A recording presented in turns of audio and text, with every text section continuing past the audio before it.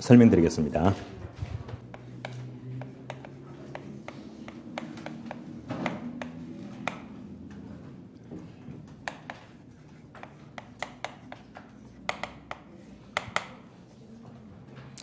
예를 들면 어떤 땅이 있어요.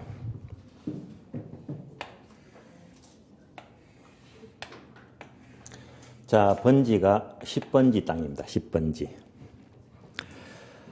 자, 똑같은 땅인데요. 같은 땅인데 이 땅이 경우에 따라서는 필지가 되기도 하고요. 또 경우에 따라서는 획지가 되기도 합니다. 둘 다 가능하거든요. 동일한 땅인데 둘 다 가능하다.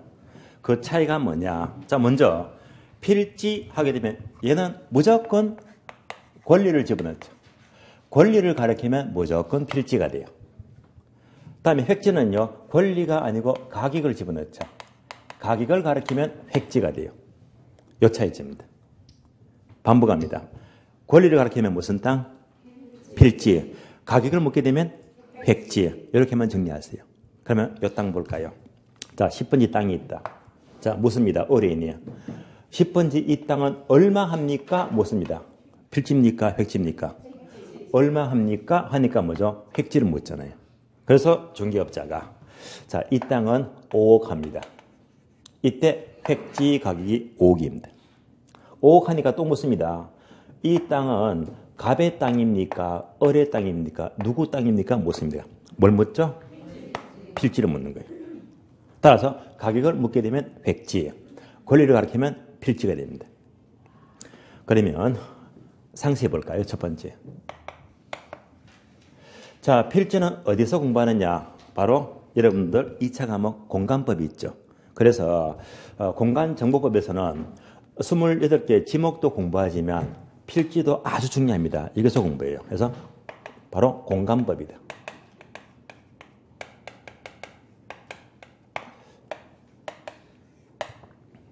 두 번째, 우리가 지난주 공부하면서 부동산 개념을 정했습니다.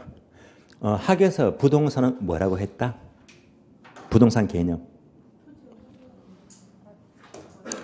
토지, 건물을 망한다고 했죠. 민법.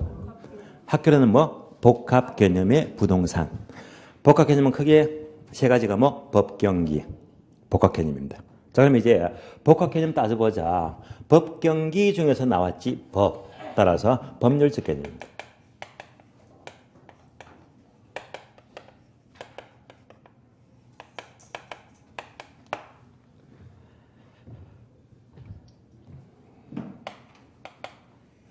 필지마다 소유권, 권리가 달라집니다. 해서 권리를 구분하기 위한 개념입니다.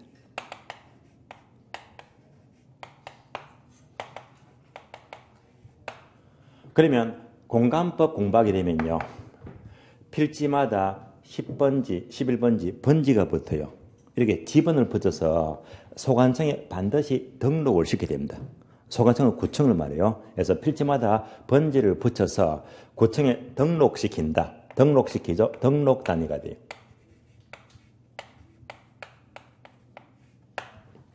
여기까지가 필지 개념입니다. 반면에 획지는 가격을 묻잖아요. 그럼 이 부동산 가격과 똑같은 말이 바로 감정평가를 한다. 그래서 가격, 감정평가 똑같은 말입니다. 따라서 첫 번째, 감정평가상 용어입니다.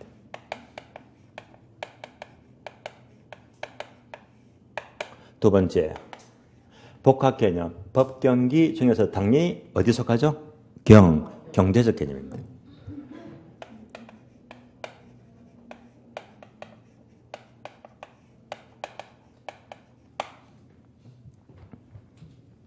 세 번째, 획지는 가격을 구분하죠. 가격 또는 가격 수준을 구분합니다.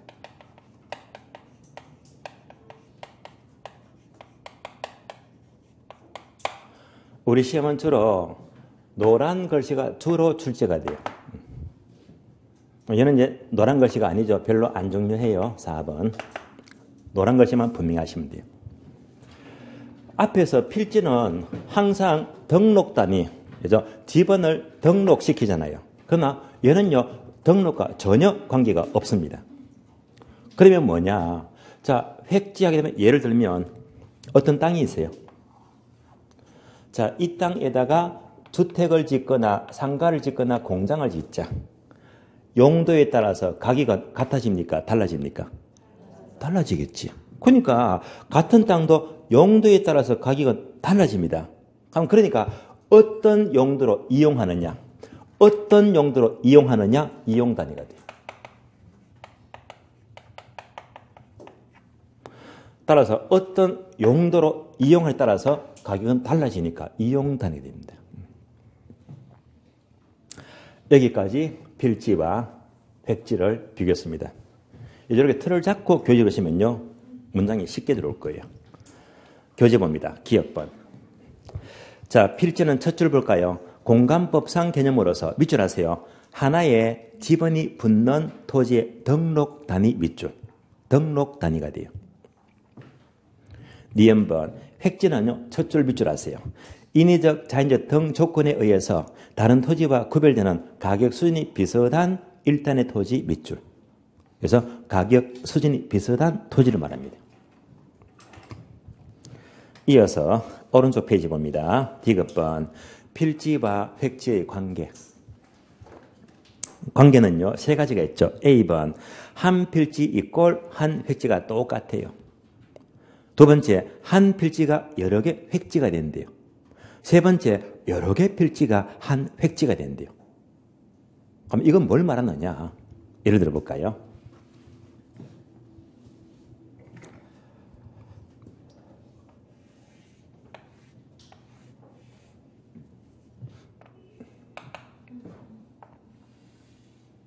도로가 있습니다.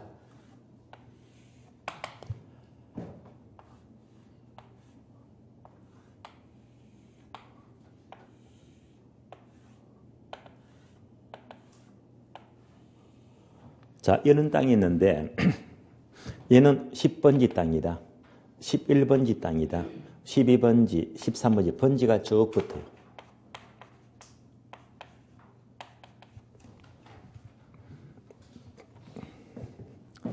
(10번지) 땅이 있어요.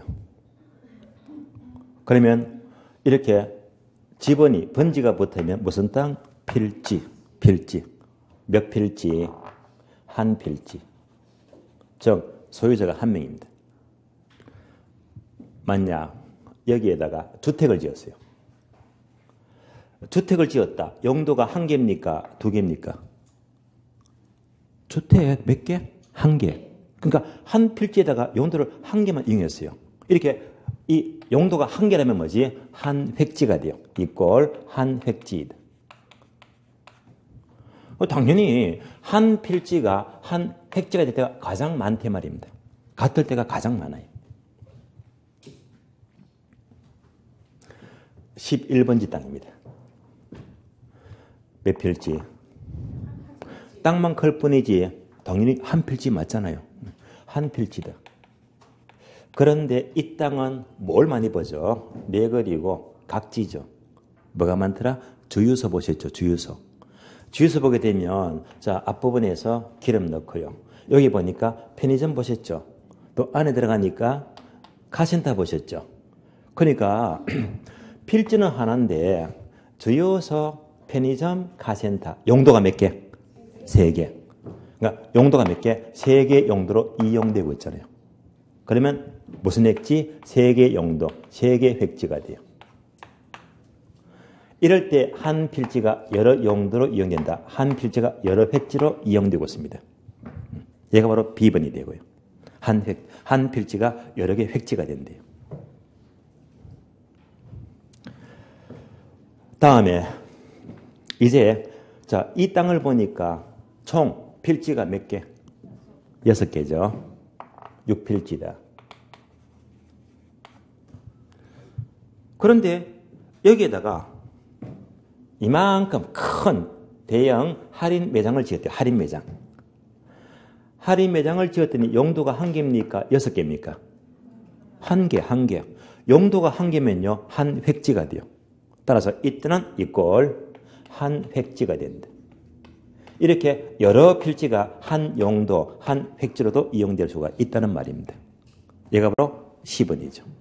따라서 A번, B번, C번 모두 설명을 들었습니다.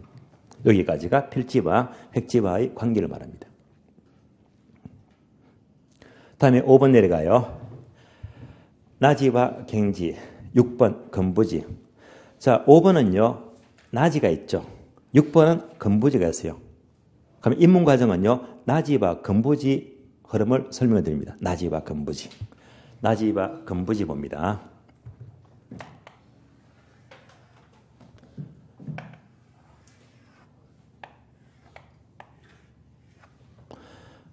두 개를 비교합니다. 왼쪽 땅은 토지 위에 건물이 없어요. 맨 땅. 얘가 바로 나지다. 얘는요. 토지 위에 건물이 있어요. 그럼 뭐지? 건물부지. 줄여서 건부지입니다. 건물이 있으면 건부지. 건물이 없으면 나지가 돼요. 자, 둘 다 100평, 100평. 평수가 똑같다고 가정합니다. 자, 이제부터 나지와 건부지를 비교합니다. 나지는 특징이 뭘까요? 맨 땅이니까 내가 이 땅을 사게 되면 여기다가 주택을 짓고 상가를 짓고 공장을 짓고 또는 뭐 도서관 짓고 뭐든 지을 수가 있잖아요. 이 말은 곧 용도가 다양하다. 용도의 다양성입니다.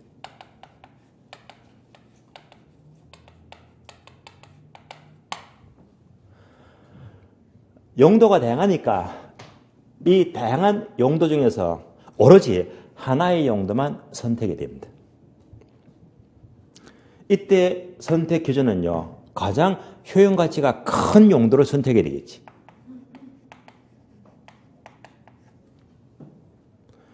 다른 말로 유용성이 가장 높은 용도를 선택하자.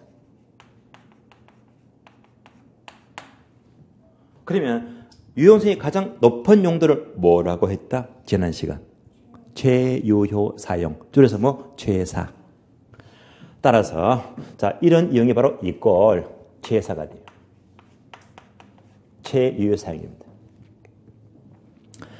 따라서 나지는 용도가 다양하다. 가장 효용 가치가 큰 용도를 선택하다. 뭐 최사의 용도를 선택하자. 그래서 나지는 항상 주로 최사 상태를 말해요. 가장 효용 가치가 높은 땅입니다. 여기까지가 나지. 그래서 이 다양한 용도 중에서 이제 이렇게 건물 짓습니다. 그래서 주거지기니까 여기다가 주택을 지었다 가정합니다. 주택을 지었다. 이제 주택을 지었더니 건부지 맞잖아요. 그럼 이 건부지는요. 용도가 다양합니까? 용도가 제한받습니까? 용도가 제한받아요. 그러니까 여기서는 용도가 제한된다. 그래서 이렇게 비하면요. 두 가지는 나지하고 건부지가요. 나지가 훨씬 좋아요. 용도가 다양하니까. 같은 면적이면. 용도도 제한받거니야. 그런데 이 주택이 시간이 자꾸 흘러가요. 10년, 20년 지났다. 주택이 상당히 노후화되었다. 20년 지나면요. 값어치가 거의 없어요. 그럼 이제 용도도 제한받는데 점점점 노후화되니까 낡은 건물이 초대에 그만큼 부담을 줍니다. 결국 용도가 제한받고 노후화되니까 그만큼 토지에 부담을 준다. 이것 때문에 토지 가치가 정가됩니까? 감가됩니까? 감가돼요. 항상 건부지만 나왔다면 용도가 제한받고 노후화되니까 그만큼 부담을 준다. 뭐? 감가. 무슨 감가? 건부감가. 건부감가. 따라서 주로 이제 건물이 있으면요. 그만큼 용도가 제한받기 때문에 노후화되기 때문에 감가가 원칙입니다. 그래서 얘가 나왔다면 뭘 떠올린다? 건부감가. 얘가 원칙입니다. 그래서 나지보다 가격이 떨어진다. 건부감가. 따라서 나지 가격보다 건부지 가격이 이렇게 떨어진다. 바로 건부감가예요.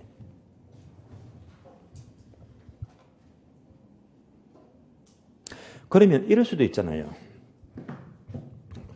낡은 건물인데 오히려 예외적으로 이 건부지 가격이 훨씬 더 비싸다. 올라간대요. 얘보다 비싸대요. 그러면 건부정가죠. 그래서 이때 건부정가도 발생합니다.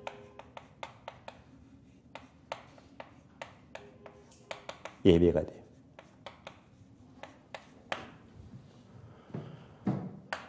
즉 예배적으로 나지보다 오히려 건부지 가격이 비싸다 이 말입니다. 얘가 더 비싸더라. 이럴 수도 있다.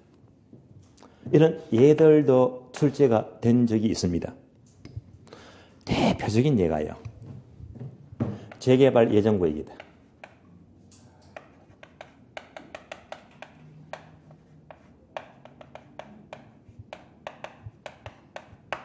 만약 강남에 허름한 5층짜리 아파트가 있는데 워낙 오래되었어요. 그러면 재건축하잖아요. 그래서 재개발, 재건축이 곧 예정이 되면요. 땅가 겁나게 오르잖아요.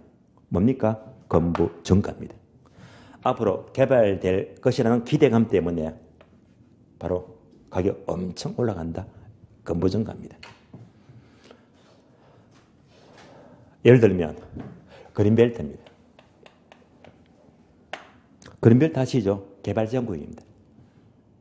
그러면 자 그린벨트에서 이런 땅이 있대요. 면적은 똑같은데 낮이도 있고 건부지가 있대요. 그린벨트에서는요. 낮이보다 오히려 얘가 건물이 있으면 훨씬 더 값이 올라갑니다. 왜냐? 그린벨트 개발지원구역은요. 낮에는 절대 신축이 안 돼요. 규제가 너무 세거든요. 제가 엄청 봤습니다. 규제가 심해서. 그런데 그린벨트 내에서도 취락지구 있죠. 농가들이 많잖아요. 이런 것들은요. 자 규제가 상당히 완화되었거든요. 그래서 이런 땅이 굉장히 좋아요. 따라서 그린벨트에서는 오히려 뭐 낮이보다 건부지가 훨씬 더 비싸다 이 말입니다. 비싸다. 여러분들은 나중에요. 합격하시고 중개실무 하시다가 어느 정도 유자금이 있다. 분명히 욕심을 냅니다. 재택하려고요. 그러면 경매 공부도 하셔야 되고요. 경매로 재택하고 또 땅을 살 겁니다. 땅요. 땅은 엄청나잖아요. 후보지. 한번 사면 대박이잖아요. 그러면 자 그린벨트는 낮이가 좋아요? 건부지가 좋아요? 피락지 건부지가 좋다고 했잖아요. 그래서 제가 지난주 목요일이죠. 오전 수업 마치고 저는 서울에 있으면 오후에 항상 사람들을 만납니다. 오늘은 저 분당 가서요. 또 제가 그 속한 뭐 팀장을 만나야 되고요. 지난주는요. 방배동 들었습니다. 방배동에. 중개 실무하시는 분요. 제가 자주 만나요. 그래서 감정평 가서 친구랑 같이 만나서 커피 한잔 마시고 이 친구 데리고 방배동 갔습니다. 이분은 60이 넘었습니다. 아마 60 지금 두세 됐을 거예요. 이분은요.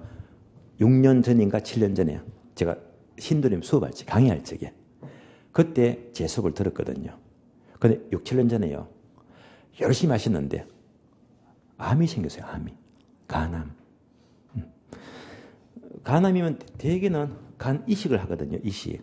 그래서 이분은 아들한테 간 이식 받고요. 건강이 안 좋아서 도중에 공부를 포기했습니다. 건강이 안 좋으니까 충분히 쉬어야 되거든요. 그 바람에 우리 공부를 못하게 되었어요.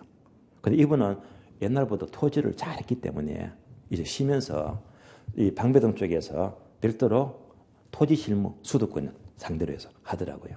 그래서 저는 이번 실무 얘기 좀 들으려고 도움될까 싶어서 찾아갔습니다. 찾아갔더니 되게 반가워하더라고요. 식사 같이 하면서 교수님 하면서 제가 건강 때문에 공부를 제대로 못했는데 그래도 내가 토지를 잘 알고 있으니까 불과 몇 년 동안에 저요 생각보다 돈 많이 벌었어요. 많이 벌었대요. 그중에 현금 한 2억 갖고는요 주식을 하고 있대요. 여유가 있대 말입니다. 이 사람은 땅 전문이거든요. 수도권에. 특히 이제 기업들 끼고 있으니까요. 주로 이제 벤처 또는 BMW 이런 회사가 이 전국에 정비공장 부지가 필요하거든요. 그런 걸 또 잘 아나 봐요. 그러다 보니까 여러분들 나중에 토지를 사겠다, 중개한다, 토지하게 되면요. 주로 수수료가 0.9% 맞죠? 0.9%. 10억짜리면 1,000만에서 900이 되면 9%. 그래서 약 1,000만 원, 900만 원 먹잖아요. 양다 치면 1,800 먹고요. 다이가 크잖아요. 그런데 여러분들 나중에 토지 실무하게 되면요. 법정 수수료가 0.9%입니다. 근데 앞으로 토지 실무하게 되면요. 별도로 중개 실무를 떠나서 컨설팅까지 연결해야 됩니다. 컨설팅. 왜? 컨설팅은 중개 수수료하고 또 거리가 멀거든요. 달라요. 그래서 여기까지 연결해야지 크게 먹어요. 그래서 이분은 토지 작업하면서 컨설팅 계약서를 쓰면서요. 법적으로 중개수는 충분히 확보를 받아요. 플러스 알파는 뭐냐? 인정 수수료, 인정 계약입니다. 인정 작업입니다. 예를 들면 땅을 매매하는데 30억 팔아줄게요. 넘는 거 전부 다 너 가져가라. 그러면 32억 받으면 2억이 수수료가 된단 말입니다. 얘가 컨설팅 계약입니다. 그러니까 항상 토지 실무는요. 이거보다 이게 더 재미가 있어요. 그러니까 항상 토지 큰 땅 다루면요. 중개 계약 하지 마시고 컨설팅 계약 해가지고 수수료 다 챙기고 벌써 알파 챙길 수가 있거든요. 이번에 이래서 돈을 많이 번 거예요. 그래서 이제 돈이 많으니까 이제부터 땅을 사야지 재테크합니다. 땅을 사겠대요. 그때 그 땅이 뭐냐? 바로 그린벨트 내에서 요겁니다. 건부정가. 그래서 그린벨트 남들이 다 기피할 때 오히려 치략적으로 땅을 사버리면 저렴해서면요. 이것도 크게 먹잖아요. 물론 여러분들이 공부하시면 관리지역, 특히 계획관리지역, 개발을 전제로 하니까요. 남들이 다 좋아하잖아요. 그래서 본인은 땅을 잘 아니까 이제 내가 여유자금으로 주로 자연 녹지지역하고요. 그린벨트 내 취락지구. 이런 땅은 앞으로 가치가 크다. 크게 먹겠다. 그래서 앞으로 이제 좀 벌어놨으니까 재테크는요. 그렇게만 땅을 살려고 하더라고요. 당분간 많이 벌 것 같아요. 그래서 자 그린벨트도 무시 못합니다. 그래서 판단 잘하면요. 생각보다 큰 재테크가 된다 말입니다. 뭐? 바로 건부지입니다. 건부지. 우리 시험은 이렇게 잘합니다. 건부자게 되면요. 원칙이 뭐? 건부 감가. 예배가 건부 정가이다. 이 단어 되게 잘 나옵니다. 여기까지 확인하시고요. 그러면 다음 페이지 넘어가요. 다음 페이지. 7번 소지. 영어로 lowland가 돼요. 벌거벗은 땅입니다. 그러면 소지는요. 밑줄 아세요? 개발되기 이전에 자연 그대로의 토지 밑줄. 그러니까 개발 안 된 땅이 소지가 돼요. 우리가 지난 시간 기억나시죠? 자, 토지의 종류가 크게 세 가지가 택지지역, 농지지역, 임지지역. 무슨 분류? 대분류. 이렇게 바뀌면 무슨 땅? 후보지. 그러니까 임지가 택지로 바뀌어요. 택지 후보지. 농지가 택지로 바뀐다. 얘도 뭐 후보지입니다. 후보지. 그러니까 얘들이 택지로 개발된다 이 말입니다. 얘는 뭐지? 택지 개발된 땅이고 얘가 뭡니까? 개발 안 된 땅, 소지. 그래서 얘가 소지가 돼요. 개발 안 된 자연 그대로의 토지, 소지 상태를 말합니다. 그럼 이제 여러분들 소지가 개발 안 된 땅이구나 하시지 마시고요. 이런 소지는요. 지역만 좋으면요. 언젠가는 도시가 성장하면 이렇게 개발될 가능성이 많잖아요. 항상 이 소지 상태는 용도가 바뀔 것을 전제로 하니까 어떤 성격? 후보지 성격입니다. 후보지 성격. 다음에 8번요. 선화지. 선화지는요. 첫 밑줄 하세요. 고압선 아래의 토지 밑줄. 고압선 아래 일정 구역의 토지가 선화지인데요. 그러면 선화지는요. 그림으로 볼까요? 그림으로.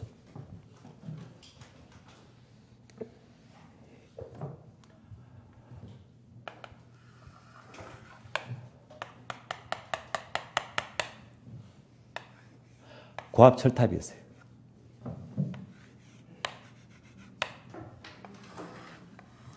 그거 많이 보시죠? 자, 이 1.9의 토지가 선화지입니다. 그러면 고압선이 있으니까 상당히 위험해요. 심리적인 부담도 크고요. 그래서 자, 내가 재테크를 하는데 경매로 낙찰받아야지. 선화지 밑에 있는 한 필지 땅이 경매로 나왔습니다. 경매 받을래요? 안 받을래요? 안 받죠, 그죠? 오늘부터 생각 바꾸세요. 뭐 역발상. 왜? 보세요. 남들이 전부 다 기피하잖아. 남들이 기피하는 게 오히려 뭐 수익이 높대 말입니다. 아세요? 예. 항상 실무는요, 역발상이 필요합니다.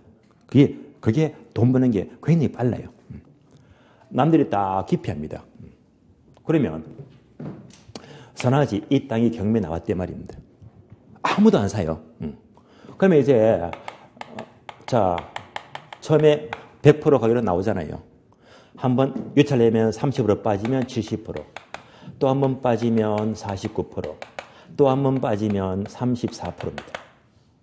그래서 두 번 빠지면 반토막 나버리고 한 번 더 빠지면 3분의 1 가격입니다. 그렇잖아요. 그냥 선호자면요, 자꾸 떨어져. 아무도 안 사.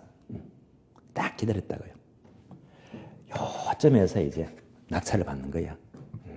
그래서 1억짜리를 얼마에? 4천만 원에.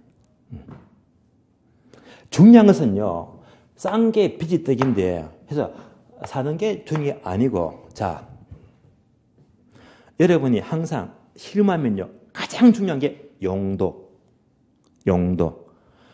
여러분 당장 오늘 오주선 마치고 집에 가시잖아요. 그러면 이제 눈에 보는 게 전부 다 뭐지? 상가, 공장 많이 보이잖아요. 예. 빈 땅, 빈 사무실 많이 보이잖아요. 그냥 보지 마세요.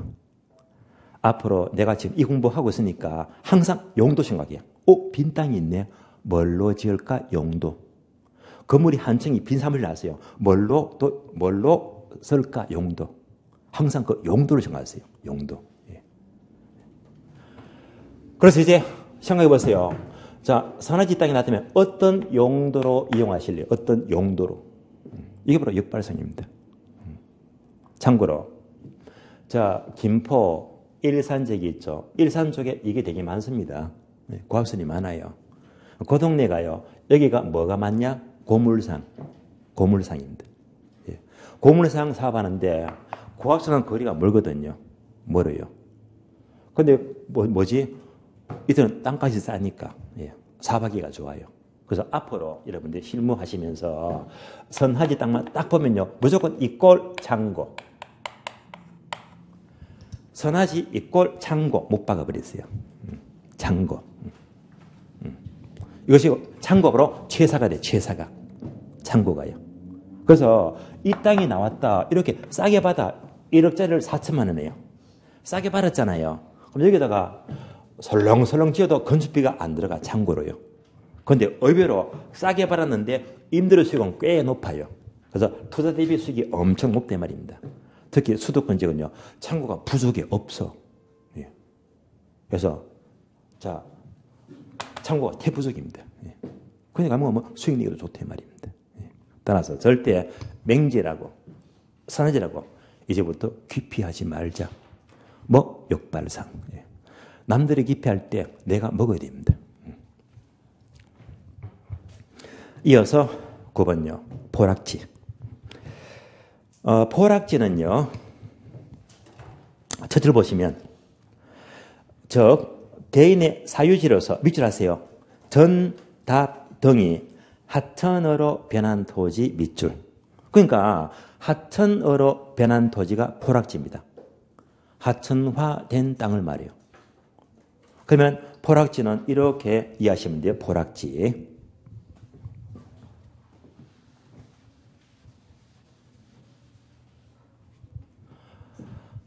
하천이 흘러갑니다.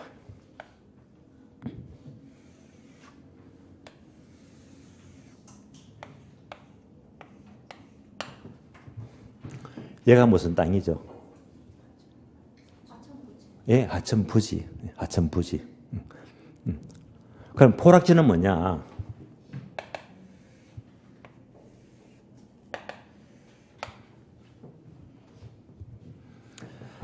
자, 하천 옆에 아주 경치가 좋아요. 경사도 약간 완만하면서 전형적인 뭐 배산, 임수 아주 좋아요. 10,000제곱미터입니다. 약 3,000평이죠. 그러면 이런 땅을 중개할 수도 있잖아요. 여러분 중개하시면 모든 물건 전부 다 전문가가 돼야 됩니다. 그러면 이런 땅이 있는데 그러면 예를 보니까 면적 얼마? 10,000제곱미터. 그래서 공보상 면적입니다. 자, 공보상 면적이 10,000입니다.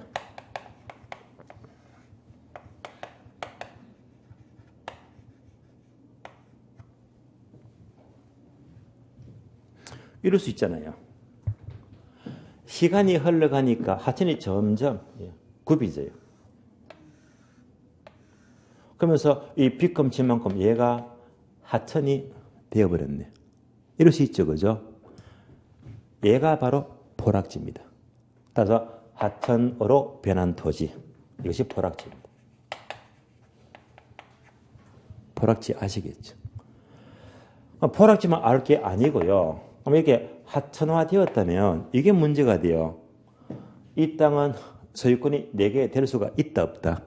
없어요. 하천은 국유지, 국가재산입니다. 그럼 이만큼 이득을 봐요, 손해를 봐요? 손해를 봅니다.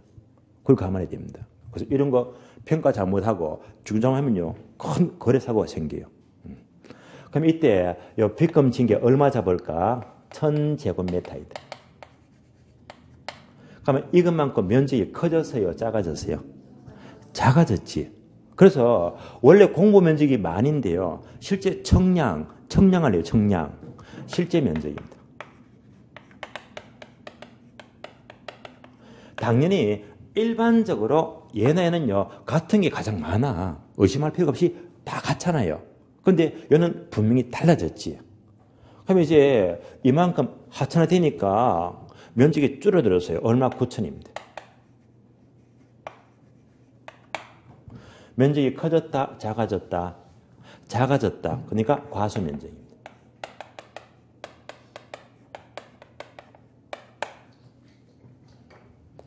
이렇게 공보와 실제가 다를 때가 있다. 얘가 바로 면적 불일치. 그래서 면적이 달라요. 면적 불일치입니다.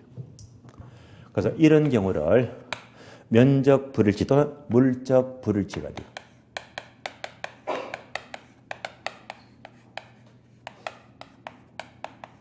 그래서 이런 물적 불일치 문제는 많습니다. 공보상 지목과 실제 지목이 달라요. 지목이 다른 경우. 면적이 달라요. 면적이 다른 경우. 또 공보상 면적은 낮은데 실제로는 위에 창고가 있어요. 건물이 있어요. 제10에 건물이 있대요. 이렇게 다를 때가 많대 말입니다. 이것도 가능하죠. 공보상 면적이 10,000인데요. 실제 면적은 11,000이야. 면적이 많아졌어요? 적어졌어요? 많아졌잖아요. 얘는 적어졌고 얘는 많아졌지. 많아지니까 뭐 과대 면적입니다. 자, 이런 경우를 생각해서 본다면 이때는 면적이 다를 때는 여러분들은요. 중개를 하거나 평가를 하게 되면 기준은 공보 면적 기준입니까? 실제 면적 기준입니까? 실제 면적 기준이다 하시면 안 돼요. 무슨 면적? 공면적 하시면 안 돼요. 둘 다 엉터리입니다. 정답은요. 둘 중에서 작은 면적입니다. 작은 면적. 그러니까 얘가 작지 실제 면적. 얘는요. 얘가 작지 공부 면적입니다. 어떤 면적? 작은 면적 기준입니다. 그 이유가 뭐 때문에? 바로 작은 면적으로 평가하고 중개하는 것이 가장 안전하다. 보수주의. 안전합니다. 안전성의 원칙. 안전하기 때문에 작은 면적 기준입니다. 만약 감정평가사가 평가를 하는데 면적이 달라요. 근데 평가사가 아무 생각 없이 이렇게 평가했는데 문제가 생기잖아요. 이때는 요 차이만큼 지가 책임을 져야 돼요. 손해 엄청 보거든요.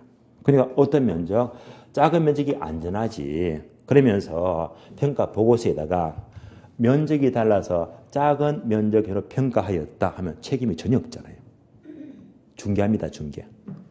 중개하는데 생각 없이 이렇게 중개해서 거래했대. 한쪽이 이만큼 손해봤잖아요. 이거 중개사가 책임져야 됩니다. 아시겠어요? 그러니까 항상 중개할 적에 자, 면적이 달라서 작은 면적 그대로 중개했다 해서 확인 설명서에 딱 체크해 주고요. 그 다음에 특약. 자, 그래서 면적이 만약 자, 작거나 많다면 그것만큼 정감되는 부분은 돈을 주고받고 또 할 거라면서 특약에 따라주고요. 그래서 자기가 책임을 안 지는 거야. 그래서 항상 포락지 하게 되면 하천으로 변한 토지만 아는 것보다는요. 앞으로 여러분들이 여기까지 이런 부분이 항상 사고가 생기는구나. 면적 불일치. 여기까지 하게 되면 좀 더 확실한 공부가 된다는 말입니다. 포락지 보았고요. 이어서 10번 법지와 빈지예요. 자, 그러면 법지부터 볼까요? 법지. 첫 줄 봅니다. 첫 줄 끝에 보시면 밑줄 아세요? 경사진 토지 밑줄. 경사진 토지. 내려가세요. 밑줄 압니다. 두 번째 줄. 법으로만 소유할 뿐 활용실익이 없는 토지 밑줄. 다음에 오른쪽 페이지 니은번 빈지요. 빈지는요. 바다와 육지 사이에 밑줄 압니다. 해변 토지 밑줄. 해변 토지. 세 번째 줄 보시면 밑줄 압니다. 법적 소유권은 인정되지 않지만 활용실익이 있는 토지 밑줄. 이렇게 중요하니까 뭐가 뭔지 모르겠어요. 그래서 자, 지금부터 이해하시면요. 얘도 어려운 게 없습니다. 지금부터 법지와 빈지를 설명을 드리겠습니다.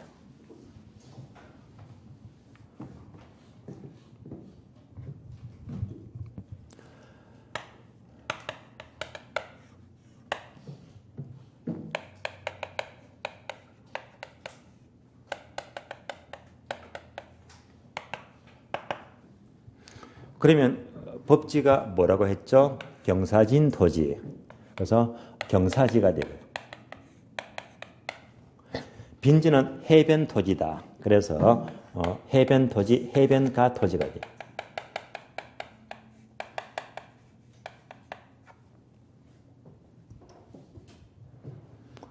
그러면 이 두 가지는요. 크게 논점이 두 가지인데 첫 번째, 소유권이 있다 없다.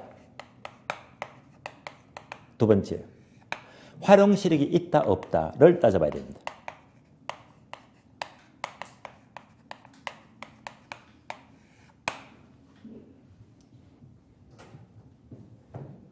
첫 번째, 법지예요. 경사지죠. 그림으로 확인.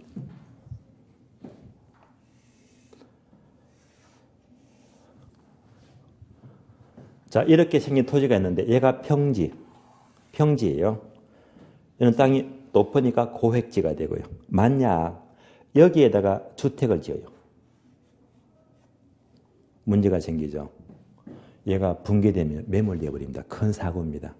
그래서 붕괴를 막기 위해서 이렇게 촉대를 쌓아 올리잖아요. 맞습니까? 얘가 바로 경사지로서 법지를 말해요. 그래서 법지는요. 이렇게 빗금친 경사지를 말합니다.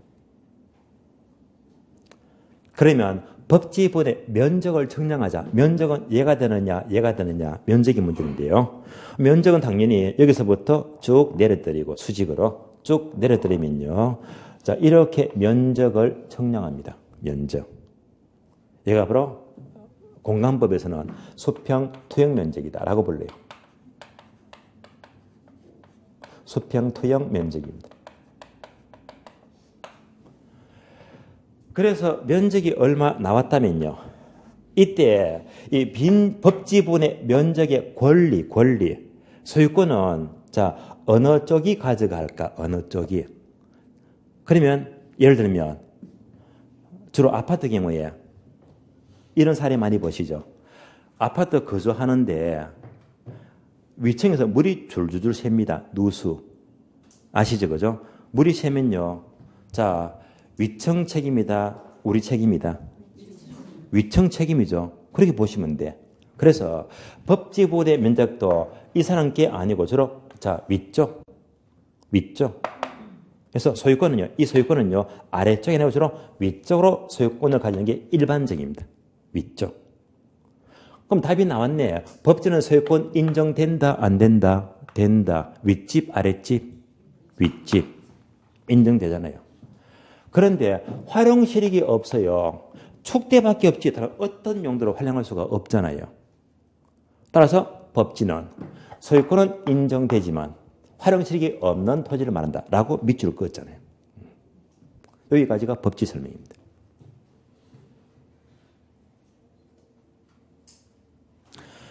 다음에 빈지요. 빈지는 해변가 토지예요. 해변가. 또 그림으로 확인하자. 바다가 있어요. 바다.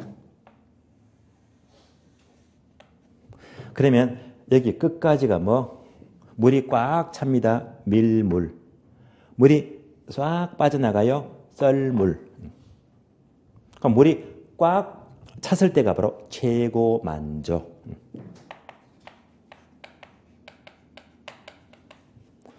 이것을 기준으로 육지에 뭐가 있죠? 해변가에 모래사장이 있잖아요.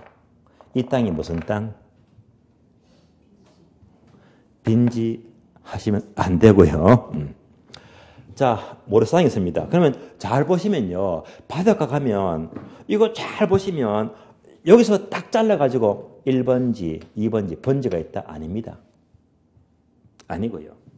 약간 간격을 두고요. 약간 간격 두면서 여기서부터 1번지 땅, 2번지 땅, 3번지다 해서 이때부터 번지가 쭉 붙더라 이 말입니다. 이렇게 번지가 붙으면요.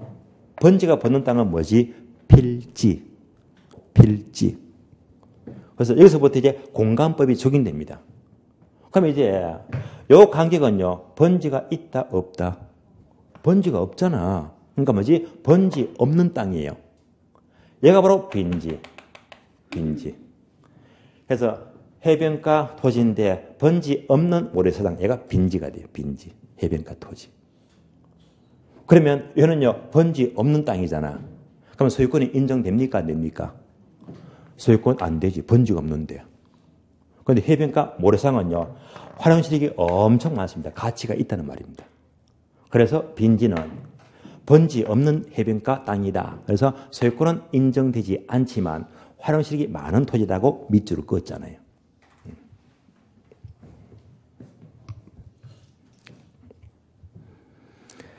다음에 11번요.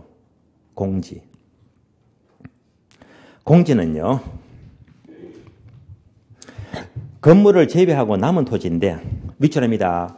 건축법에 의한 건폐율 적용으로 한 필지 내에서 건물 짓고 남겨둔 토지 빗줄, 건물 짓고 남은 토지가 공지가 돼. 그러면 건폐율 나왔죠. 건폐율은 여러분들이 공법 있죠. 이창화목 국토계획법에서 용도 지역마다 건폐율 달라요. 용준율이 달라요. 그래서 이창화목 공법인데 지금은 입문 과정이니까 아직까지 건폐율 용준율 공부 안 했죠. 안 했지만 제가 알려드릴게요. 그래서 자 참고로 건폐율과 용준율입니다.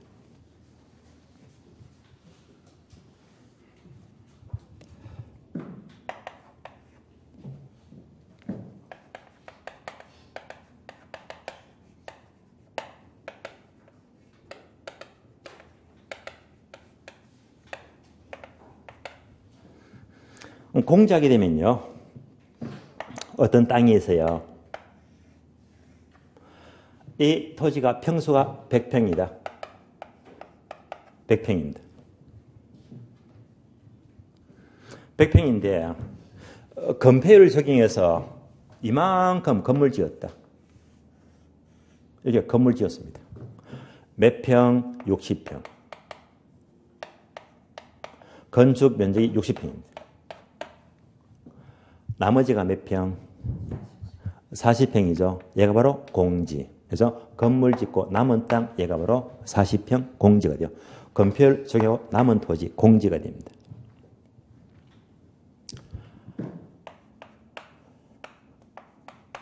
여러분들이 국토계획법 공부하시면 용도 지역마다 건폐율 달라지고 용적률이 달라집니다. 그것도 숫자가 되게 많은데요. 저도 이 공부하면서 이 건폐율과 용적률 나올 때마다 이게 뭔지 분자 보면 돼요. 오늘 보고 했는데 내일 되면 또 까먹어요. 수도 없이 까먹었습니다. 하도 화가 나가지고 그대로 암기를 해버렸거든요. 그러면 자, 건폐율 서울 지역이에요. 대학교마다 부동산 학과가 많잖아요. 부동산 학과가 있는 대학교 중에서 가장 유명한 대학은 무슨 대학이죠? 건국대죠. 예, 건국대. 예. 자, 건국대 줄이면 두 자로 뭐? 건대. 건대가 건폐율입니다. 건대. 고려대, 연세대 맨날 싸우잖아요. 야구, 농구 맨날 싸워요. 그러면 연세대 있죠. 연세대를 줄여서 뭐? 연대. 얘가 바로 용적률입니다. 얼마나 쉬워요. 건대, 연대, 끝. 그래서 건대, 연대, 건폐율 용적률입니다. 그러면 안 떠올라요? 얘는 뭐지? 건축 면적. 얘는 대지 면적. 얘가 건폐율이 되고요. 연대, 연면적. 대지 면적. 그래서 건대, 연대, 건폐율과 용적률입니다. 그래서 방금 대지 면적이 얼마? 100평. 그래서 대지 면적이 100 나왔습니다.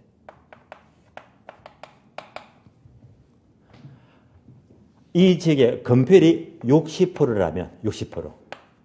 그럼 얘가 얼마가 돼요? 바로 60이죠. 그러니까 건축 면적은 얼마? 바로 60평을 지을 수가 있다. 이게 바로 건폐율입니다. 그래서 건폐율을 정의하고 남은 토지가 바로 공지가 되는 거예요. 공지. 그래서 건폐율, 용적률 하게 되면 자, 일단 건대, 연대 떠올리시고요. 다음에 12번입니다. 유효지와 휴한지와 공한지입니다. 자, 이 단어는요, 액면 그대로 보세요. 뭐 더 이상 예도 필요 없고요. 문장 보시면 돼요. 유효지는 바람직하지 않게 놀리는 땅인데 밑줄 아세요? 놀리고 있는 밑줄. 그래서 노는 땅이 유효지입니다. 놀리는 땅. 니은번요. 휴한지는 밑줄 아세요? 쉬게 하는 밑줄. 그래서 농지 등을 정상적으로 쉬는 토지, 쉬게 하는 토지가 휴한지가 되고요. 그다음에 공한지는요. 모두 밑줄 아세요? 도시 토지를 투기 목적으로 집가 상승만 기대하고 장기간 방치된 토지가 공한지가 돼요. 그래서 도시 토지를 무슨 목적? 투기 목적으로 집가 상승을 기대하고 방치된 토지가 공한지가 됩니다. 자, 지금까지 내용들이 바로 토지의 불을 빠짐없이 거의 설명을 드렸습니다. 이렇게 개념만 분명히 잡으시면 돼요. 참고로 자, 한계지는 한계지는 나중에 정규진도 때 설명을 드릴 거고요. 지금 이제 개념을 자, 빠지지 않고 하나 설명을 다 들었는데 얘가요 1월달 기본서 남습니다. 기본서 갖고 수업을 하게 되면요 입문과정처럼 이렇게 하나 상세 설명을 못합니다. 왜? 분량이 너무 많으니까요. 다른 것도 중요한 게 많으니까요. 그래서 입문과정은요 여러분들이 1월달에 꼭 필요한 기본적인 내용들을요 여기서는요 충분히 이해를 하시면 굉장히 1월달에 도움이 된다는 말입니다. 1월달 진도를 더 빨리 나가야 되거든요. 예. 자, 그러면 26페이지. 자, 대표제 보이죠? 문제를 풀지는 않겠는데요. 보기 박스 보니까 자, 5줄. 공지, 맹지, 획지, 후보지, 법지. 감 잡히죠, 그죠? 예. 그래서 이렇게 5개 묻고 옳은 것은 몇 개인가? 그래서 올해 시험도 이렇게 5개 끄집어내서 틀린 것은 이렇게 문제가 나왔잖아요. 그래서 이제 입문서만으로도 이제 이런 문제가 풀릴 거다 이 말입니다. 충분히 설명을 드렸고요. 이어서 27페이지 이제 강론 파트인데요. 먼저 부동산 경제론 중에서요 수요 공급별입니다. 지금부터 강론이고 어려워집니다. 수용법은요, 쉬었다가 다음 시간 이어서 봅니다. 쉬겠습니다.